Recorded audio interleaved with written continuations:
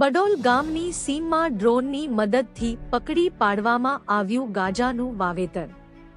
રાજ્યમાં નશીલા પદાર્થોનું વેચાણ કરવા પર પ્રતિબંધ હોવા છતાં પણ ગેરકાયદેસર વેચાણ કરવામાં આવે છે।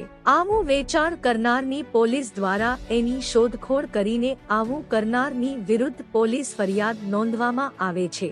પ્રાપ્ત માહિતી મુજબ સાબરકાંઠા જિલ્લાના વડાલી તાલુકાના બડોલ ગામમાં ગાંજાનું વાવેતર કરવામાં આવ્યું હોવાનું જિલ્લા એસઓજી ટીમ દ્વારા ડ્રોનની મદદથી આ ગાંજાનું વાવેતર કરેલ ખેતીને ઝડપી પાડવામાં આવી હતી અને આ ડ્રોનની મદદથી છુપાયેલો ગાંજાનો જથ્થો શોધી કાઢવામાં આવ્યો હતો। સાથે એસઓજી ટીમ દ્વારા 20 કિલોથી વધુ જેની કિંમત 10 લાખના અંદાજિત 44 જેટલા છોડ જપ્ત કરવામાં આવ્યા હતા, જેમાં એક આરોપી ફરાર થઈ જતા જેની ધરપકડ કરવામાં આવી છે।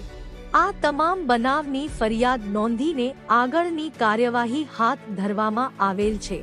રિપોર્ટર જનક જાદવ, સાબરકાંઠા।